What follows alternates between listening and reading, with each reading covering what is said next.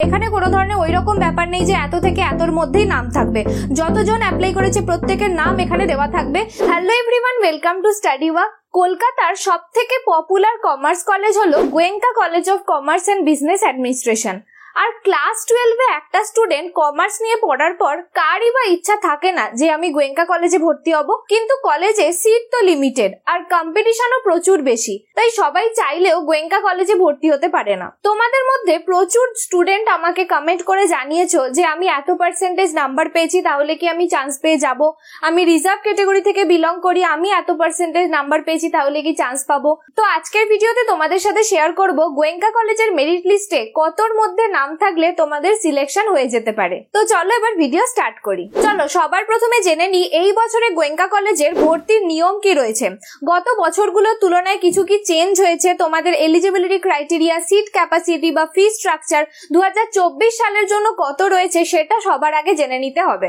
সবার প্রথমেই আসছে এলিজিবিলিটি ক্রাইটেরিয়ার কথা। এলিজিবিলিটি ক্রাইটেরিয়ায় কোনো ধরনের চেঞ্জ হয়নি। যে সমস্ত জেনারেল ক্যাটাগরি স্টুডেন্টরা রয়েছে তোমাদেরকে মিনিমাম 75% পেতে হবে বেস্ট অফ 4-এ, আর তার সাথে মিনিমাম 60% পেতে হবে তোমাদের রিলেটেড সাবজেক্টে। গোয়েঙ্কা কলেজের এই সমস্ত সাবজেক্টগুলোকে রিলেটেড সাবজেক্ট হিসেবে কনসিডার করা হয়। এছাড়া যারা ওবিসি থেকে বিলং করবে তোমাদেরকে 67.5% পেতে হবে ইন বেস্ট অফ 4, আর তোমার রিলেটেড সাবজেক্টে মিনিমাম 54% পেতে হবে। আর যারা এসসি এসটি থেকে বিলং করবে তোমাদেরকে মিনিমাম 56.25% পেতে হবে ইন বেস্ট অফ 4, আর রিলেটেড সাবজেক্টে মিনিমাম 45% পেলেই চলবে।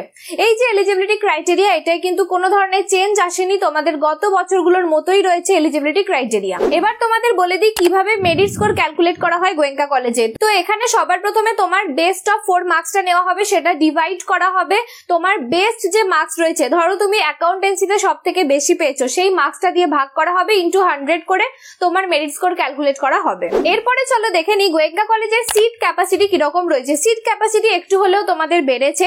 এই বছরের জন্য সিট ক্যাপাসিটি থাকে, তোমরা যদি ডে তে ভর্তি হতে চাও, ডে তে টোটাল সিটস থাকে 383টা, যার মধ্যে জেনারেলদের সিটস থাকে 164, আর রিজার্ভ ক্যাটাগরির সিট থাকে 210টি। রিজার্ভ ক্যাটাগরির মধ্যে SC, ST, OBC, PWD, EW সমস্ত কিছু মিলিয়ে তোমাদের 210টা সিট থাকে, আর প্রতিটা ক্যাটাগরি ওয়াইজ আলাদাভাবে সিট মেনশন করা থাকে। এরপরে যদি মর্নিং এর কথা বলি, মর্নিং এ তোমাদের টোটাল সিট থাকে 288টা, যার মধ্যে জেনারেলদের সিট থাকে 122টা, আর রিজার্ভ ক্যাটাগরিদের সিট থাকে 166টা। তোমরা সবাই জানো যে গোয়েঙ্কা কলেজ যেহেতু একটি পিওর গভর্নমেন্ট কলেজ, তাই এই কলেজে ভর্তি হওয়ার ফিসও কিন্তু অন্যান্য কলেজের তুলনায় অনেকটাই কম। এখানে তোমাদের ভর্তির সময় লাগবে মাত্র 510 টাকার মতো, আর টোটাল 8টা সেমিস্টার মিলিয়ে তোমার 4090 টাকার মতো লাগবে। তো এই গেল গোয়েঙ্কা কলেজের বেসিক ডিটেলস সিট ক্যাপাসিটি এবং ফি স্ট্রাকচার সম্পর্কে। এবার তোমরা অনেকেই আমাকে জিজ্ঞাসা করেছো যে গোয়েঙ্কা কলেজে কি আমি মর্নিং আর ডে দুটোতেই অ্যাপ্লাই করতে পারবো?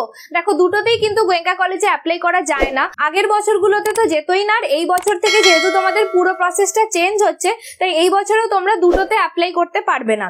কারণ গোয়েঙ্কা কলেজে কোনোদিনই কেউ দুটোতে অ্যাপ্লাই করতে পারতো না, তাকে যে কোনো একটাই ফর্ম ফিল আপ করতে হতো আর প্রেফারেন্স দিতে হতো। সে ধরো তুমি মর্নিং কে ফার্স্ট প্রেফারেন্স রাখতে চাইছো, তাই প্রেফারেন্স 1 দেবে, আর গোয়েঙ্কা ডে কে তুমি প্রেফারেন্স 2 দেবে। আর এই বছর যদি তোমাদের সেন্ট্রালাইজ পোর্টালে অ্যাডমিশন হয়, তাহলে সেখানেও তোমাদেরকে গোয়েঙ্কার মর্নিং কে রাখতে হবে প্রেফারেন্স নাম্বার 1-এ, আর ডে কে রাখতে হবে প্রেফারেন্স নাম্বার 2-তে। তারপরে 3-4-এ তুমি যেরকম কলেজ রাখতে চাও রাখতে পারো। আমি এখানে মর্নিং আর ডে হিসাবে বললাম, কেউ যদি ডে কে 1 রাখতে চায় তো ডে কেও 1 রাখতে পারো, মর্নিং কে 2 রাখতে চাইলে সেটাও রাখতে পারো। তো আলাদাভাবেই তোমরা পোর্টালে পেয়ে যাবে। এবার চলো দেখিয়ে দিই যে তোমাদের গোয়েঙ্কা কলেজের মেরিট লিস্টে কতর মধ্যে নাম আসলে সিলেকশন হতে পারে। আমি এখানে আগের বছরের মেরিট লিস্টটা ওপেন করে নিয়েছি। আগের বছরে দেখো প্রতিটা সেকশনের জন্য আলাদাভাবে মেরিট লিস্ট বের করা হয়। এখানে ডে সেকশন এবং মর্নিং সেকশনের জন্য এরকম ভাবে তোমাদের মেরিট লিস্ট বেরোবে, যেটাকে বলা হয় প্রভিশনাল মেরিট লিস্ট। এখানে প্রতিটা স্টুডেন্টের নাম থাকবে যারা যারা অ্যাপ্লাই করেছে। এখানে কোনো ধরনের ওই রকম ব্যাপার নেই যে এত থেকে এতর মধ্যেই নাম থাকবে। যতজন অ্যাপ্লাই করেছে প্রত্যেকের নাম এখানে দেওয়া থাকবে। ধরো 1000 জন অ্যাপ্লাই করেছে, তো 1000 জনের নামই কিন্তু এই প্রভিশনাল মেরিট লিস্টে থাকবে।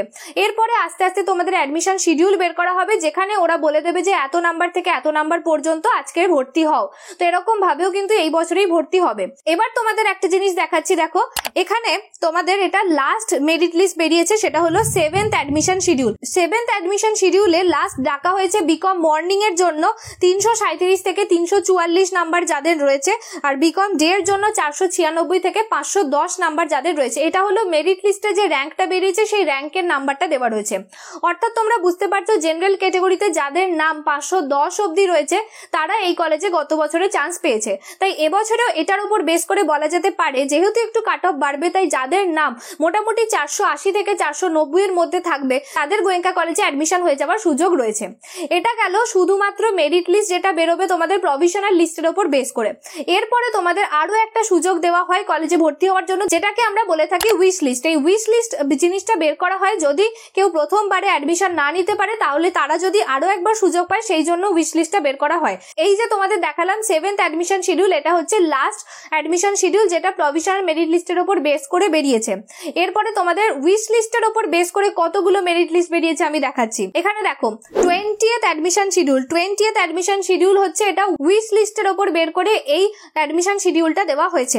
এখানে তোমরা যারা বিকম ডে তে অ্যাপ্লাই করেছো তোমাদের জন্য 113 আর 114 অবধি এখানে নাম্বার ডাকা হয়েছে, আর মর্নিং এর জন্য 77 থেকে 81 পর্যন্ত। অর্থাৎ তোমরা দেখতেই পাচ্ছ যারা প্রথমবার অ্যাপ্লাই করেছে বা প্রথমবার ভর্তি হয়েছে তাদের 510 অবধি এখানে নাম এসে গেছে। তাই এই বছরেও যাদের মেরিট লিস্টে মোটামুটি 480 থেকে 490 এর মধ্যে নাম থাকবে তারা গোয়েঙ্কা কলেজে অবশ্যই ভর্তি হওয়ার সুযোগ পাবে। আর উইশ লিস্টের উপর বেস করে কিন্তু অনেক নিচের দিকে নাম থাকে এমন স্টুডেন্টও ভর্তি হতে পারে। তোমরা এই বছরে কিরকম নাম্বার পেলে বা কিরকম জায়গায় তোমাদের নাম্বার থাকলে গোয়েঙ্কা কলেজে সিলেকশন হতে পারে, আর কলেজের এক্সপেক্টেড কাট অফ কত যেতে পারে সেটা তো তোমাদের আগেই বলে দিয়েছি। তোমরা এই ভিডিওটা দেখে নিতে পারো যেখানে আমি কলকাতার বেস্ট 5টা কমার্স কলেজের কাট অফ এই বছর 2024-এ কত যেতে পারে সেটা নিয়ে ডিসকাস করেছি। এরপরে তোমাদের যখন অ্যাকচুয়ালি অ্যাডমিশন প্রসেস স্টার্ট হয়ে যাবে তখন প্র্যাকটিক্যালি পুরো বিষয়টা আরো ভালোভাবে বোঝানো যাবে। আজকে জাস্ট তোমাদের একটা ওভারঅল আইডিয়া দেওয়ার চেষ্টা করলাম যেহেতু প্রত্যেক বছর প্রচুর স্টুডেন্ট এই কলেজের জন্য অপেক্ষা করে থাকে। তো আজকের ভিডিওটা এতটাই রাখছি। যদি তোমাদের ভালো লেগে থাকে তাহলে একটা লাইক করে দিও, বন্ধুদের সাথে শেয়ার করো, চ্যানেলতে থাকলে অবশ্যই চ্যানেলটিকে সাবস্ক্রাইব করে দিও। দেখা হচ্ছে আবার নেক্সট ভিডিওতে। বাই।